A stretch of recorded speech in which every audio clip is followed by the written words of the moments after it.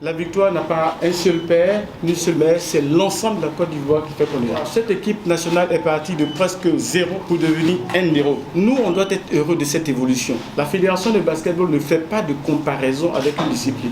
Donc, soyons tous des acteurs de la promotion de tout ce qui est positif pour la Côte d'Ivoire.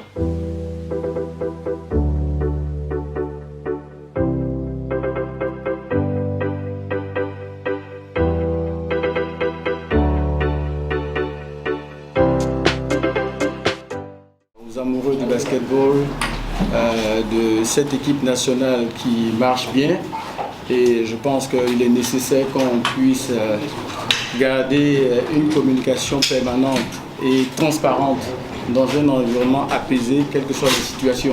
Je voudrais remercier l'équipe nationale a eu un parcours brillant, un parcours exceptionnel, et c'est cette équipe-là qui, dans le monde entier, est la première qualifiée pour la Coupe du Monde. Il n'y a pas nécessité, lorsqu'on a ce bonheur, qu'il y ait du bruit qui soit négatif à ce positionnement de la Côte d'Ivoire qui gagne, la Côte d'Ivoire qui va de l'avant. Je profite en même temps pour remercier les autorités politiques, le président de la République, le Premier ministre, le ministre des Sports, le ministre Bruno Koné, les membres d'honneur, les présidents de clubs et de centres de formation, les acteurs du monde du basketball. Un remerciement particulier au staff technique, aux joueurs, aux encadreurs administratifs, techniques, médicaux, et surtout un remerciement au comité directeur composé de 14 membres qui travaillent d'arrache-pied pour qu'on arrive à cette qualité d'organisation, à ces résultats, parce que le succès de l'équipe nationale, ce n'est pas l'apanage du président de la fédération. C'est l'ensemble de ces acteurs qui donnent ce résultat. Sachez-le, les clubs ont dû faire un sacrifice.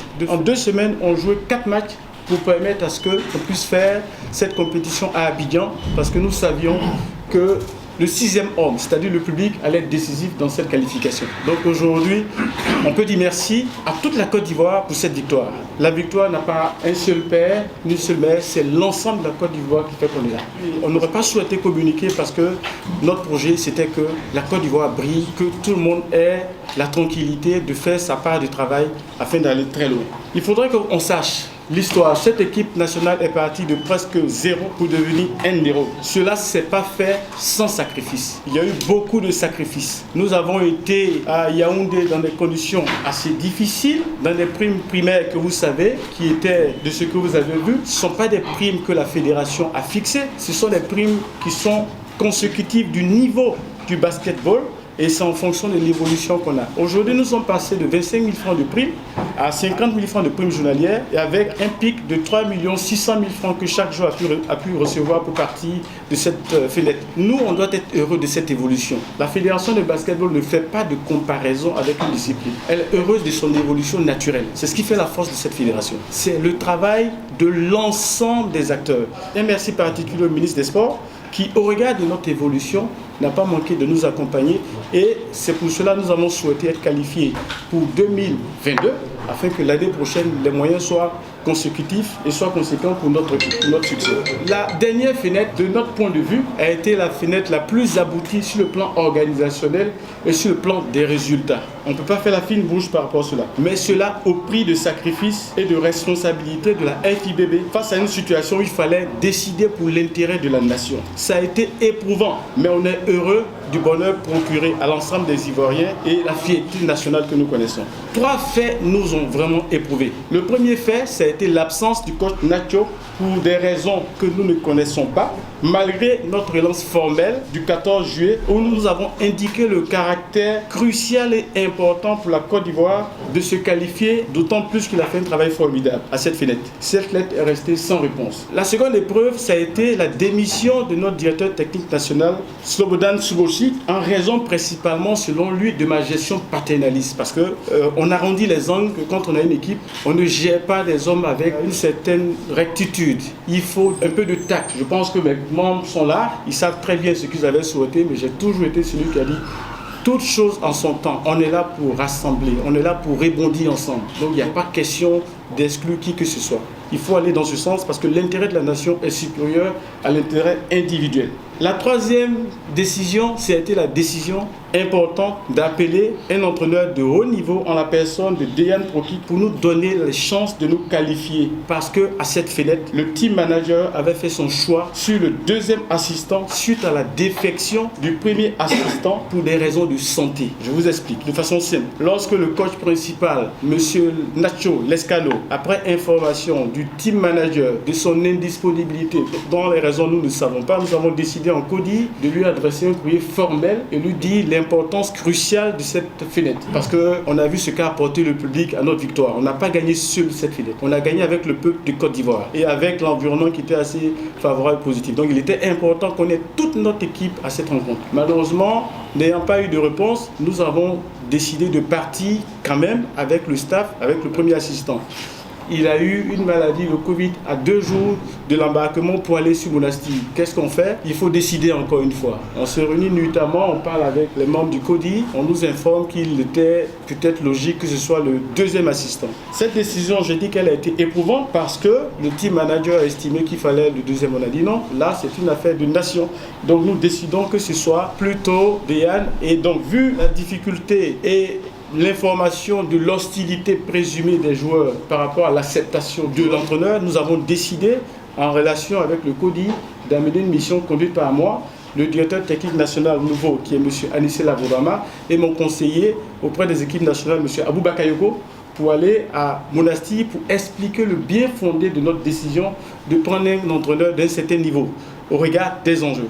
Notre présence a permis d'avoir une acceptation de cette décision, de travailler d'arrache-pied, et vous avez vu le résultat que vous avez connu au regard du travail qu'a abattu l'ensemble du staff sous la conduite de M. Dejan, malgré la peur de la nouveauté, mais vous avez vu le résultat que ça apporte. Le comité directeur, dans sa majorité, nous estimons l'absence pour abandon de poste du coach que nous aimons tant, qui a vraiment bien travaillé pour nous, mais comme je l'ai dit, nous avons décidé de confirmer le coach Dejan Prokic pour la suite des activités. Dans la foulée, puisque nous sommes qualifiés, vous savez, à chaque étape, des ambitions. En fonction des ambitions, une organisation doit être adaptée. Vous avez fait confiance à la Fédération ivoirienne de basketball. Je voudrais qu'on fasse confiance toujours à cette fédération qui fixe ses objectifs, qui essaie de trouver les moyens pour atteindre ces objectifs. C'est de façon participative, avec un comité de gestion et des conseillers très proches, avec mon vice-président, avec Dao Malik, que vous connaissez, avec M.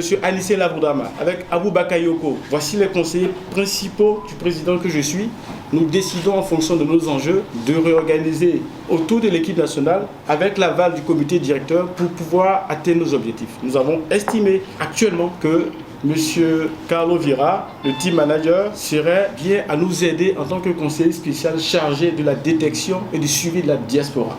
Voici les faits, sans déstabilisation de l'ensemble du staff qui est maintenu. Le next step, la fédération compte rencontrer les autorités publiques et les partenaires privés et institutionnels pour présenter ces valeurs que nous avons développées. Nous comptons rencontrer les clubs, les centres de formation qui sont nos mandants, qui nous ont mis ici, qui nous ont donné toute la latitude de gérer la fédération parce que l'équipe nationale est partie prenante de la gestion fédérale. Autant les clubs, autant tous les projets, ce n'est pas une institution à part. Donc il faut forcément rendre compte à ceux qui travaillent de façon foncière avec beaucoup d'abnégation, d'humilité et d'engagement pour qu'on arrive à cette élite. Nous allons rencontrer très prochainement les athlètes en Europe, dans leur club, pour expliquer les enjeux du moment et du futur, l'image et les valeurs que nous devons incarner dans la durée pour la stabilité.